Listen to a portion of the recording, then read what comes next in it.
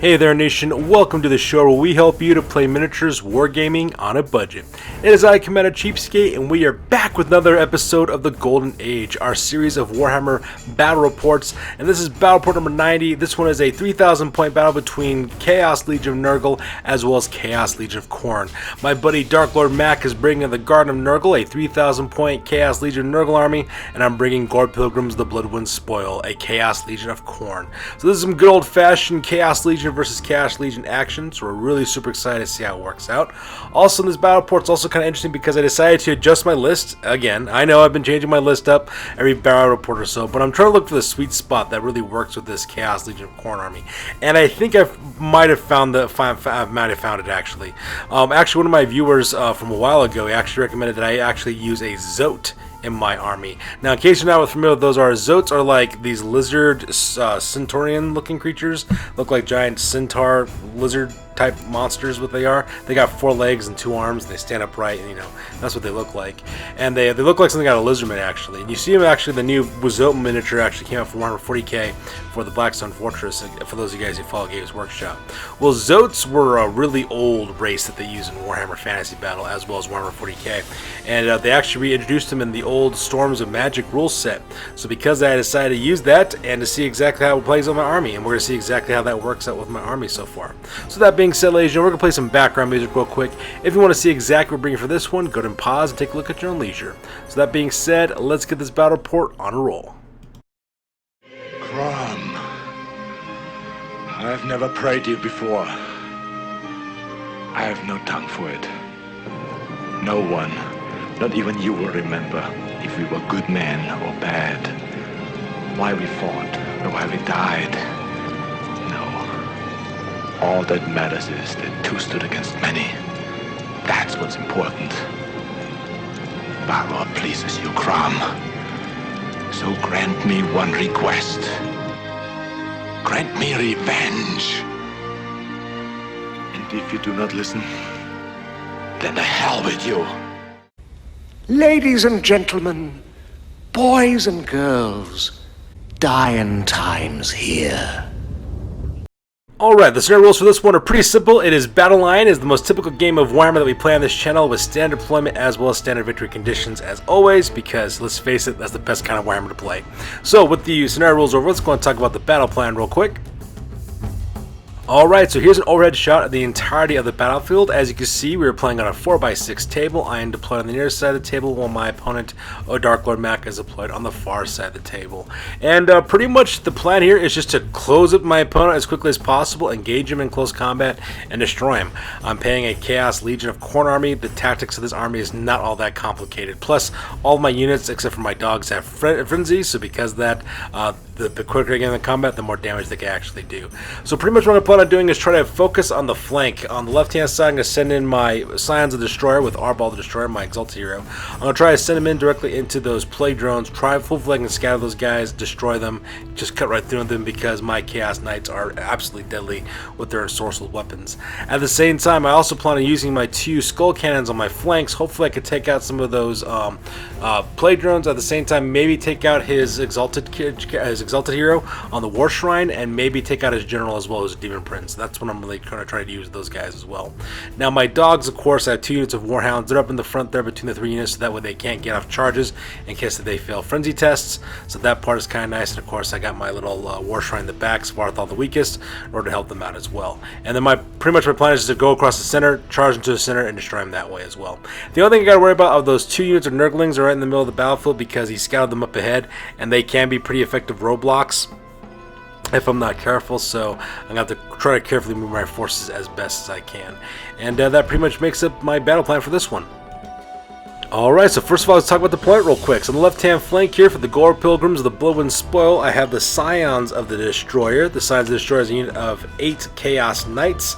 Those guys have Musician, as well as Standard Bearer, as well as Doom Knight, so full command on that one. All of them carrying ensorcelled weapons. They got Chaos Armor, Shields, Barded Chaos Steeds as well. And they also got the Standard Discipline, giving them +1 to the leadership. Now, they won't be able to use their General's leadership for their Inspiring Presence, but that's okay though, because these guys are usually operating on their own anyways. nice. And plus the reason why I have that standard is because leading this unit is Arbal the Destroyer, champion of Khorne. He's an exalted hero of Khorne. He's got great weapon, chaos armor, and shield. He's also got frenzy, so he's got one additional attack as well. He's got the helm of many eyes, so that way he has to always strike first. He's also got immune to psychology, and unfortunately also serves some stupidity on it. But that's why I got the leader, the standard discipline on this one, so that way this unit is leadership 9. And then of course he's also got the Dawnstone, so that way he can reroll armor saves, and he's riding a demonic mount with barding. And next on the right hand side, that is the Skull Crusher. That is one of my chaos, one of my skull cannons of Khorne is what that is. Alright, so in the center line is where most of my units are located. Up in the front and the left and right, we have the Fangs of Nyr as well as the Flesh Terrors. Those are 2 units of 5 Chaos Warhounds. On the left hand side, that unit is known as the Black Legion. It is a unit of 21 chosen of Khorne with full command. They're also packing halberds and chaos armor. They also have the Banner of Rage, so that way they don't lose their frenzy ever. So that's kind of a nice part about those guys. And leading that unit is Scylla Angerfen. He is my general for this army. He's the special character Chaos Spawn. He gives his unit Resistance 3 with his brass collar of Khorne. Just really kid out to kill this unit, so I'm really excited to see exactly how they perform in close combat. Next to them on the right hand side, that is a unit called the Marked Men. It is a unit of 29 Chaos Marauders of Khorne this time around. Decided to switch it up so that way I can save some points for other things.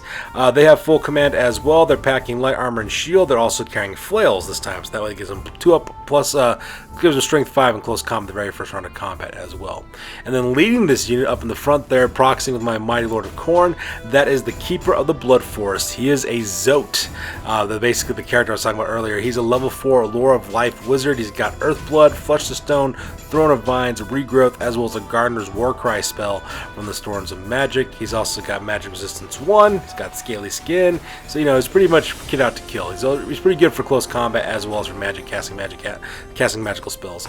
The only problem for him though is that he can't take any magical items, but that's okay though, because what I don't get in magical items I save in points, and that's the reason why I like this guy. And finally on the right hand side, we have my units of the Flayers, the 8 points. This unit of 23 Bloodletters of Khorne. They got Standard Bearer as well as Musician. They're packing Hellblades, and they also got the Banner of Swiftness, giving them +1 to their movement. And leading this unit is the Sanguine Skinner. He's my Herald of Khorne. He's also my army's Battle Standard Bearer. He's got the Greater Locus of Fury, so that way he gives his unit Frenzy. He's also packing Hellblade, and he's also carrying the Banner of Eternal Flame, giving flaming attacks to this unit. In the back, that is Svarthal the Weakest. He is a Chaos War Shrine of Khorne, and right next on the right hand side is a Blood Crusher is his name. He's a Skull Cannon of Khorne as well. And that pretty much makes my deployment for this one. Alright, across the battlefield in the top left hand corner for the Garden of Nurgle, we have the Droning Horrors on the left. That is a unit of 3 Plague Drones of Nurgle. They got full command. They got riding Rotflies. They're also packing Plague Swords. And right next to the right, they're also packing Death Heads as well.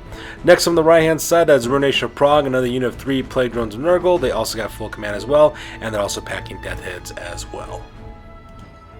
In his center on the left hand side, that is the Tallyman. It is a huge unit of 39 Plague Bearers of Nurgle. They got Musician as well as Standard Bearer, and leading that unit is Barnabas the Scrivener. He's a Herald of Nurgle. He's also the army's Battle Standard Bearer as well. He's also got the Lesser Locus of Virulence, so that way they have 5 up on their poison attacks. Makes them super deadly with their Plague Swords. Right next on the right hand side, that is a unit called the Dustman. Is a unit of 23 Chaos Warriors of Nurgle with full command. They also got additional hand weapons and Chaos Armor. They also got the Standard Discipline, giving them +1 to leadership. And then leading that unit is Festus, Festus the Leechlord Empowered. He's the special character from the End Time Special Rules. He's a level 3 wizard with the lore of Nurgle. He's got Pestilent Potions as well as the Shroudlings Bound spell, and he's also leading this unit as well. And finally, make up the right hand flank of the main battle line for the Garden of Nurgle. In the back there, in the back, that is Hastur the King in Yellow. He's a Demon Prince of Nurgle. He's level 4 wizard with the lore of Nurgle this time. He's got Chaos Armor as well as Demonic Flight. He's got the Sword of Striking, Charm Shield, Dragon Bane Gem. He's also got Chaos Familiar, Scaled Skin, and Soul Feeder. And like I said before, he's packing the lore of Nurgle. And then right in front of him, that is Horticulix Slimex and Mulch. That is his exalted hero of Nurgle, who's mounted on a War Shrine. He's packing a Halberd, Chaos Armor, and Shield. He's got the Dragon Helm as well as Dawnstone. He's also got the Nurgle's Rot as well as Poison Slime abilities, and of course he's riding Mulch, his Chaos War Shrine. And finally, scouting up ahead about 12 inches away from my left hand side of my battle line, that is the Inglorious, a unit of 3 Nurglings. And on the right hand side we have the Degenerates, another unit of 3 Nurglings as well. And that pretty much makes up my opponent's deployment on this one. So deployment over with, we go directly to the top of turn number 1, and both Dark Lord Mac and I roll off for initiative to see which of us will be going first. Alright, so that takes directly to the top of turn number 1, and the Legion of Nurgle gets to go first on this one, and this photo is taken after the move phase. And as you see in this photo, he pretty much tries to move across the battlefield as quick as he can. My buddy Dark Lord Mac is playing a Chaos Legion army, and the way we win is through close combat. The first thing he does, of course, he declares a charge with his Nurglings directly against my Skull Cannon, the Blood Crusher there on the left-hand side. Unfortunately, though he failed his charge, only went up a couple inches, he does exactly the same thing with the Degenerates on the right-hand side to the Blood Crusher there, and try to drone directly into him, but unfortunately he fails his charge roll. I think he moves up like 2 or 3 inches on that roll as well. So there's a close-up of the Droning Horrors, as well as the Ruination of Prague, as they quickly cross the battlefield on the left-hand flank, heading directly towards my Chaos Knights. And here's a close-up of his Demon Prince. My buddy Dark Lord Mac decided to march fly his Demon Prince over that forest on the left-hand side, just so that way he doesn't get shot off the table with my Skull Cannons, which is actually a pretty smart move because that's exactly what I was planning on doing with them. And here's a close-up of the Tallyman, as well as Horticolic Slimex and Mulch, as well as the Dustman, just marching up forward as quick as they can across the battlefield to try to engage with my forces. And here's a close-up of the failed charge of the Inglorious, charging directly into my Skull Crusher there on the left-hand side, so they failed that charge. And finally, the last shot here, we have another close-up of the Degenerates, with those Nurglings found their charge into the Blood Crusher there on the right-hand side. And that pretty much makes the move phase for my opponent. So with the move phase over with, we go directly to the Magic phase. And in the Magic phase, good God, the Magic phase. What ends up happening is that my opponent casts Plague Wind. The very first spell he decides to cast is that one. His general decides to cast it. So because of that, he rolls 46 to get that spell off. I roll 46 in order to try to stop it. And unfortunately, I just don't roll high enough. And in case you're unfamiliar with how the Plague Wind works, basically you take the small template and you roll an artillery die, and it moves that many inches times 10. Sorry, not times 10, times 4, the wizard's level. And so wherever direction it goes through, whatever miniatures it passes over, they gotta take a toughness check. If they don't, they suffer a wound with no armor saves whatsoever.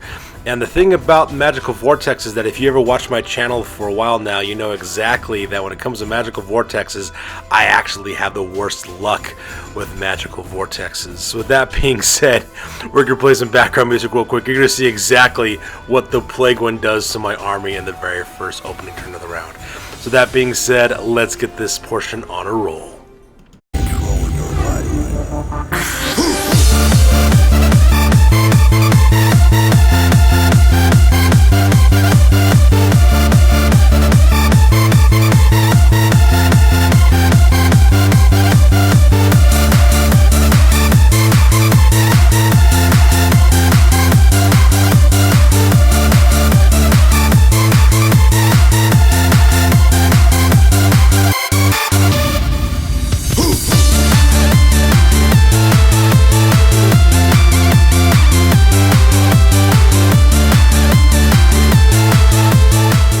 And as you can see, that's where the Magical Vortex ended up going. My buddy just kind of, Dark Lord Mac lined up that template perfectly, so that way it cuts to the entirety of the main line of my entire army, because I kind of lined up in a line formation.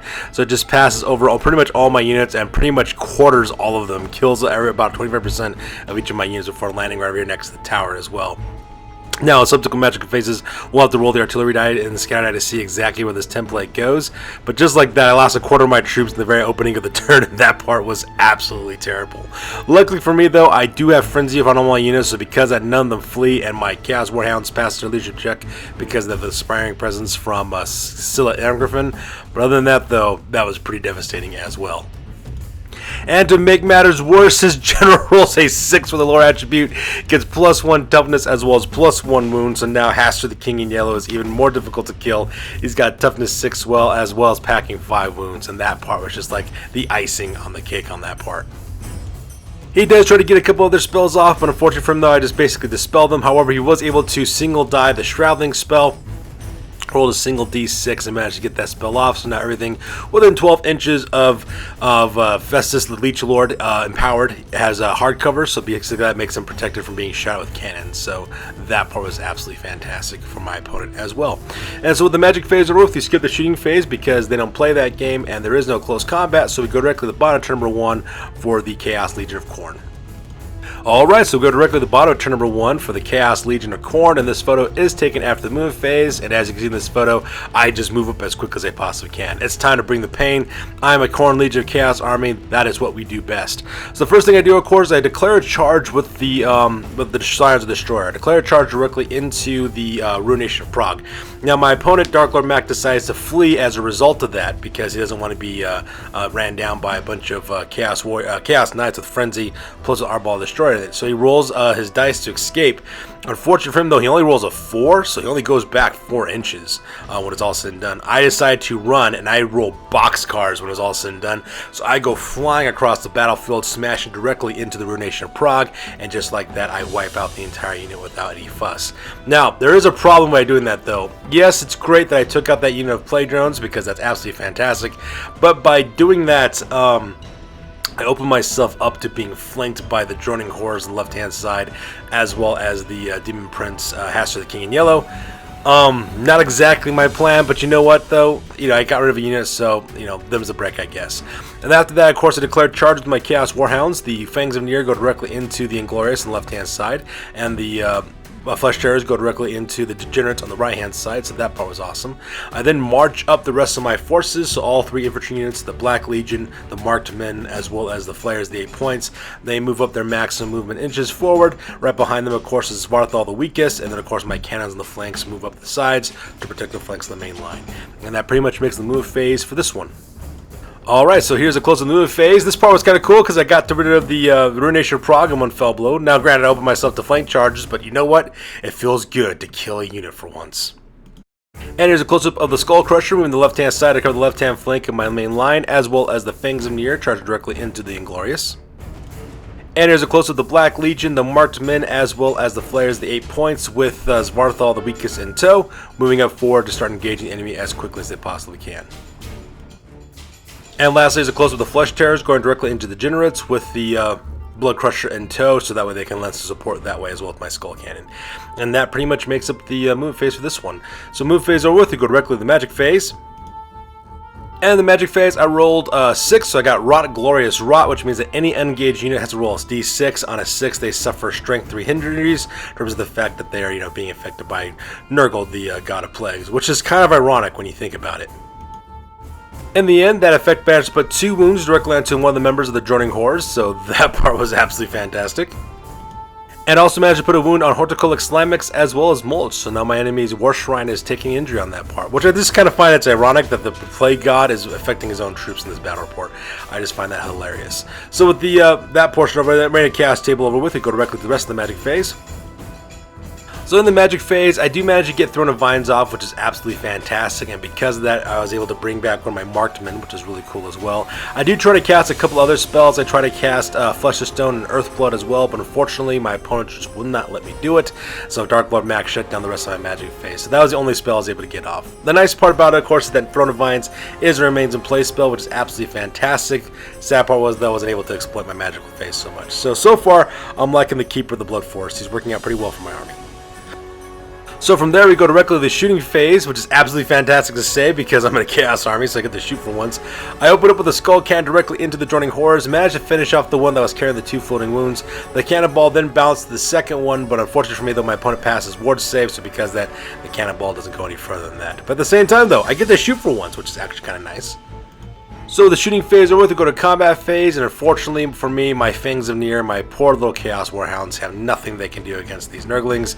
They get slaughtered by the Inglorious pretty bad, so that part was kind of tragic. And the exact thing happens over here on the right hand side. My Flesh Terrors were able to finish off one of the bases of Nurglings, so that part was kind of nice. However, the Nurglings were able to finish out the rest of my Flesh Terrors, which that part was super sad to see that happen. And that pretty much makes up the combat phase of this one. So with the combat phase over with, we go directly to the top of turn number 2 for the Chaos Legion of Nurgle. So we go directly to the top of turn number 2 for the Chaos Legion Nurgle, and this photo is taken after the move phase. And in this photo, my opponent does try to get off a couple of charges. First thing he does, he declares a charge with the Droning Horrors. They go directly to the left-hand flank of my Scions of the Destroyer, up there in the top left. It then also declares a charge with Hastur the King in Yellow, goes tearing across the battlefield directly to the front of my Scions of the Destroyer. So now my Chaos Knights are engaged with the guys. So I got drones on the left, Demon Prince in the front, and a pincer attack, which is not ideal. At the same time, he also charges in the Inglorious into the left-hand flank of the Black Legion, as well as the Degenerates directly into my Blood Crusher there on the right-hand side. So now that guy's engaged in close combat as well. Now, he does declare a couple of other charges. He declares a charge with his hero, Exalted Hero, Horticolic Slimex and Mulch, which is on top of the War Shrine. So he goes tear across the battlefield, smashes directly into the Flares of the 8 points, so that part was kind of nice. However, when he decided to charge with his Tallyman failed their charge. I think he rolled like a 4 is what he ended up doing. So because of that, he only moved up like 3 inches forward. Didn't go very far at all. So because of that, he decides just to move up his Dustman as well, just the same amount of inches. So the Chaos Warriors go up to the top of the hill there, and they both just kind of stand there in the middle. That way he can watch the right-hand flank of his Tallyman as well. And that's pretty much it for the most part when it comes to his charges. So here's a close-up of the Joining Horrors, as well as Hastur the King of Yellow going directly into the Scions of the Destroyer. And I'm really looking forward to this one, because my champion Arbol the Destroyer is pretty beast, and this unit does cheer up units like it's nobody's business. So I'm really excited to see exactly how these guys hold out against this combat. And here's a close-up of the Inglorious going directly into the left-hand flank of the Black Legion, and I'm looking forward to see exactly how that combat goes, because my Khorne Chosen will have no problem chewing up those Nurglings. And here's a close-up of his main infantry forces, who are kind of held up right now due to failed charges, which is absolutely fantastic, because if I can get rid of the Inglorious on my left-hand flank, I can countercharge and engage these guys in close combat, and hopefully I can destroy them that way. And here's a close-up of Horticolic Slimex charging directly into the Flares of the 8 points, and this one I'm kind of wary about, just because, well, I'll tell you why later. I'll tell you why later when we get in the actual close combat, but the reason why is because his hero is pretty much kitted out to survive, so he's a pretty good tar pit unit, and these guys aren't exactly the best fighters. And finally, here's a close-up of the Degenerates charged directly into the Blood Crusher, engaging my Skull Cannon in close combat. So with the movement phase over with, we go directly to the Magic phase. And in the Magic phase, my opponent rolls at 11 the Demonic Possession ability on the Reign of Chaos table. And luckily for me, though, I do manage to pass my leadership test with my Zote, so because of that, he is perfectly fine, so because of that, nothing much really happens from it. But my opponent does have 11 Magic dice. He actually channels an additional one, getting 12, and I'll end up having 6 on mine, so he has a pretty dominant Magic phase this turn. Alright, so we go to the Magic phase. As you can see, the Plague Wind moves up, I think, 10 inches forward to the upper right-hand corner of the battlefield. So Plague Wind's totally out of the game right now, but at the same time, though, that direction could change, and you should fear the Plague Wind. And if you don't, you should. And for the rest of the Magic phase, he does get a bunch of buffs off for the most part. First thing he does, of course, he decides to cast what you call Blades of Putrefaction. As he decides to cast on his unit, he was able to get that one off because I just let him have it at that point. I didn't really feel the risk of actually stopping it. So because of that, this unit now has 5 up on their poison attacks, which makes them really deadly in close combat. To make matters worse, though, when he rolled for the lore attribute, he did roll a 6 for that spell, getting +1 toughness and +1 wound for Festus the Leechlord. So that part was insane. Now he does, of course, try to cast the Fleshy Abundance spell, I believe is what it's called. That's the, yeah, Fleshy Abundance. So that way he can get his regen saves, +1 to his regen. I do try to stop that spell, but unfortunately for me, though, I do fail the stopping on that one. So because of that, these guys are now 4 up on their regen saves, which makes them even deadlier in close combat. And finally, his general does cast Blades of Putrefaction off onto his unit of Plague Bearers there, as you can see there. So because of that, now their poison attacks are up to 4 up now on their poison attacks, so it makes them super deadly in close combat as well. Unfortunately, I wasn't able to stop that spell from getting off either. And that pretty much makes the Magic phase for this one. So with Magic phase over with, we go directly to the combat phase, and in the combat phase, Arbol the Destroyer is the freaking man. Because the Eyes of the Gods table, he has to issue a challenge directly towards his Demon Prince, and of course his Demon Prince has to answer the call. So because the two of them are engaged in close combat against each other, in the end, my opponent was unable to cause any injuries directly onto Arbol the Destroyer. The Dawnstone really helped me out on this one. Actually, that was the reason why I was able to survive all of it. Meanwhile, Arbol the Destroyer managed to put 2 wounds directly onto Hastur the King in Yellow, which is absolutely fantastic, knocking this guy down almost halfway dead. He's got 3 more wounds left before he's all left, and that part was absolutely fantastic as well. Rest of the combat phase was not as great, however. They do manage to kill 2 of my my cast knights, so that part was kind of sad. I do fail this combat, I do fail it, but luckily for me, though, I do pass my break test, so I don't go anywhere, so that part was kind of nice. The only sad part, though, is that I lose Frenzy, so that part was not so fantastic. Meanwhile, combat between the Inglorious as well as the Black Legion went as well as you expected. The Inglorious were able to do nothing to my Black Legion, and my Black Legion just put the curb stomp directly onto the Inglorious, killing up those Nurglings, which is fantastic because now it frees up my Black Legion to be able to charge during my next turn, which is all kinds of awesome. However, close combat between my Flares the 8 points against Horticulus Slamix did not go well. Horticulus Slamix, of course, declares a challenge because he has to, because that's his role as a demon, as a exalted hero. He declares a challenge directly, and of course, my Battle Center bidder, the Sanguine Skinner, decides to answer the call on that part.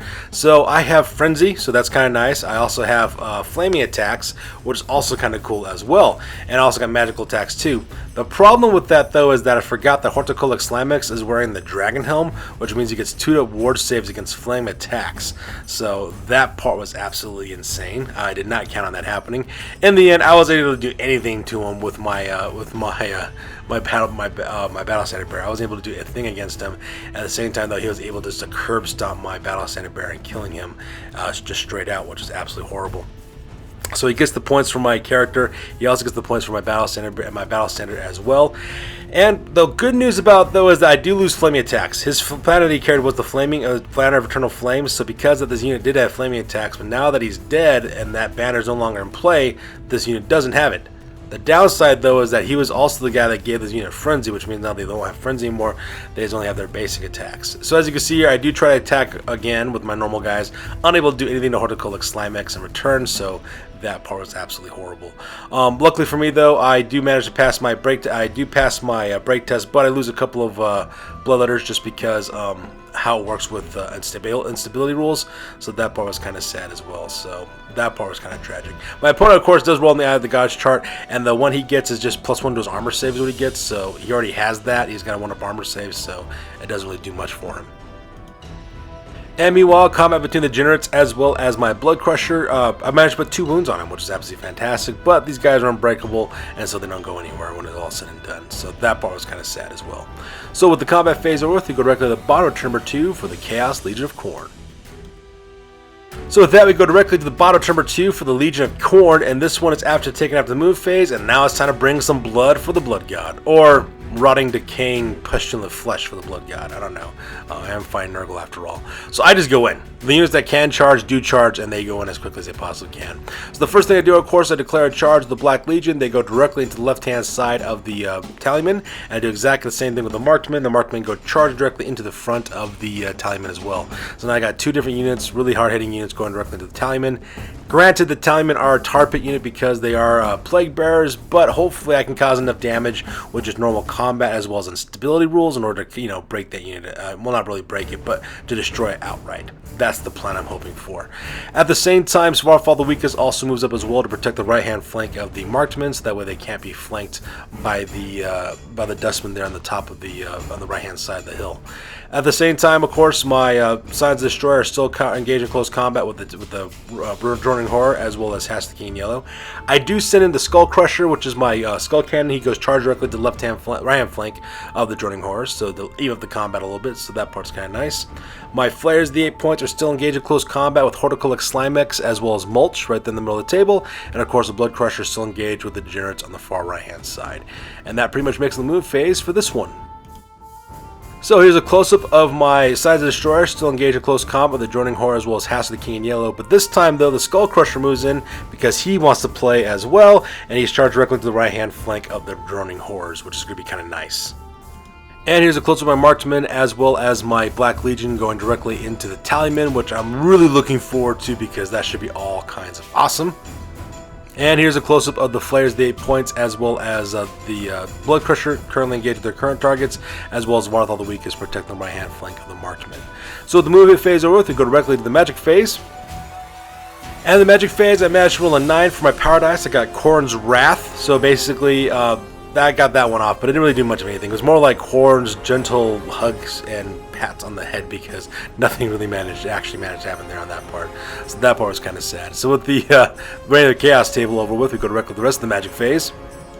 And in the Magic phase, my opponent, Dark Lord Mac, pretty much shut down my entire Magic phase. The only thing I left was able to cast was Giver of Glory. I managed to save 1 die to get that spell off for my Svartfall the Weakest. I rolled a 1 for the amount of people who got affected, so because of that, the Chieftain of the Marked Men, he gets +1 to his attacks. That's what he gets for the rest of the game as well. So, just a little bit of a boost, I guess, but not by much. So the Magic phase over with, of course, we skip the shooting phase because all my shooting elements are engaged in close combat right now, and we go directly to the combat phase. And Arbol, all hell Arbol the Destroyer, champion of Khorne. Oh my god, I managed to finally kill off Hastur the King in Yellow with Arbol. It was absolutely fantastic. I managed to put him down 2 wounds, Arbol's attacks, and the last one was slipped through with his demonic mount. Was able to slip the last wound onto Hastur the King in Yellow, and just like that, Dark Lord Max Demon Prince is dead. And for his efforts, he rolls up on the Eyes of the Gods chart. He gets +1 to his attack, so Arbol the Destroyer has an additional attack as well, which is absolutely fantastic. And the rest of the combat phase, but it was all said and done, I believe it was my skull cannon that managed to put a wound directly onto one of the droning hordes. And so because that droning horde was able to do anything to me, I do a real quick combat reform real quick to square off against the droning hordes, and we start facing off for the next turn of close combat. Meanwhile, over here in the center of the table, my champion of the champion of the Chosen, he actually declares a challenge against Barnabas the Scrivener, which is the battle standard bearer for my enemy's army. He's also a herald of Nurgle. My opponent decides to accept the challenge. They go fighting it out in close combat, and luckily for me, my champion had no problem putting the hurt directly onto Barnabas the Scrivener. This guy has got Frenzy. He's also got +1 attack as well from his Rewards of Chaos from the beginning of the game as well. So because I think he has 4 attacks. Let's see, yeah, he's got 3 attacks base, 1 attack from the chart, 1 additional attack from Frenzy. So sorry, he's got 5 attacks. There we go. So he was able to just put the hurting directly onto Barnabas the Scrivener. In the end, he managed to kill him, net me some juicy points, and also gets +1 to his toughness for the result of that. So that part was kind of nice. And the rest of the combat phase was absolutely glorious, as you can see in this photo. I managed to kill, was it 9-12? Yeah, I managed to kill 12 Plague Bearers, was all said and done between my 2 units. In the end, my opponent was able to put 4 kills on my Chosen for the Black Legion, as well as 3 for my Marked Men. I was actually surprised to see how well my units were actually doing in close combat on this one, especially the Marked Men. They did exceptionally well for this one as well. In the end, I won this combat by a landslide. And the difference in combat res was enough to gut the unit. If I remember correctly, I think it was like 14 points of difference in combat res when it ended up happening. So because of that, 14 members of the Tallyman just dropped dead for demonic instability rules as well.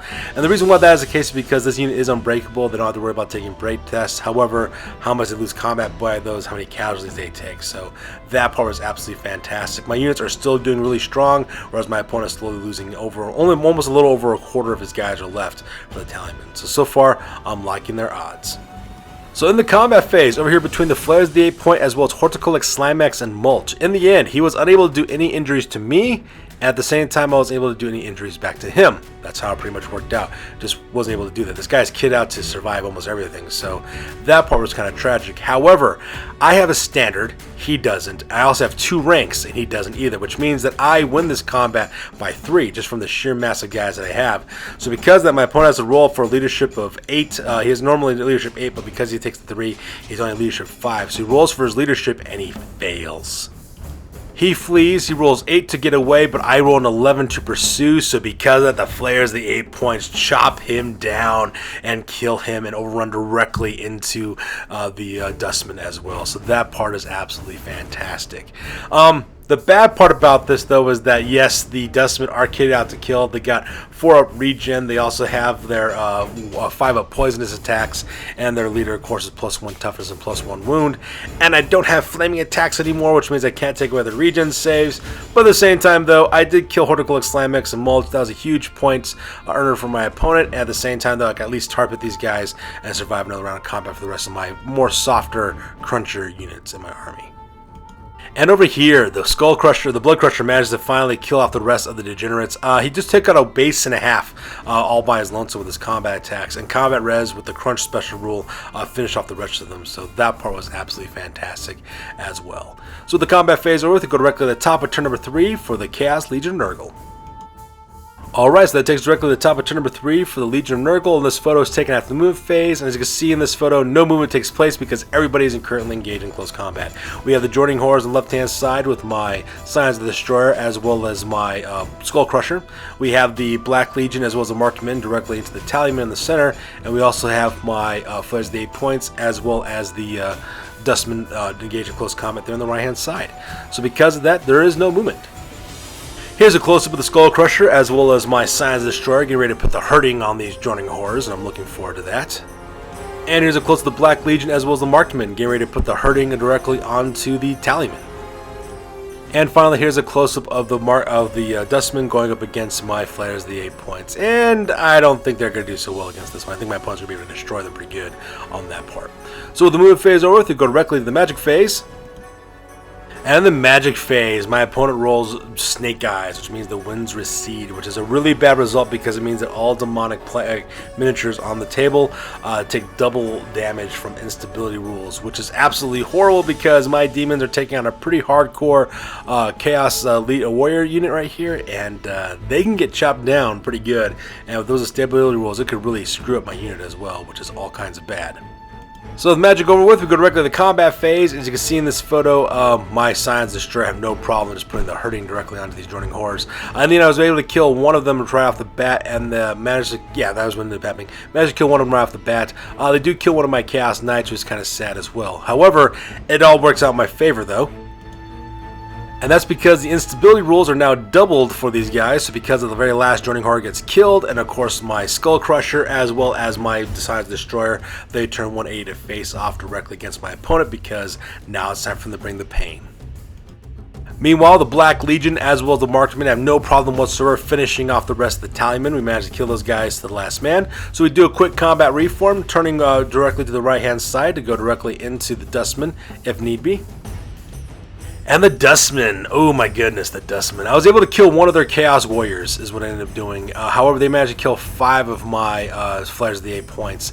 In the end, though, my opponent wins this combat by 7 points. When you combine rank bonuses and everything else in conjunction with that, he wins by 7. And so because of that, with the Rite of Chaos chart, it means that all demonic miniatures on the tabletop suffer double losses from instability rules, which means I lose this combat by 14, and it's gone.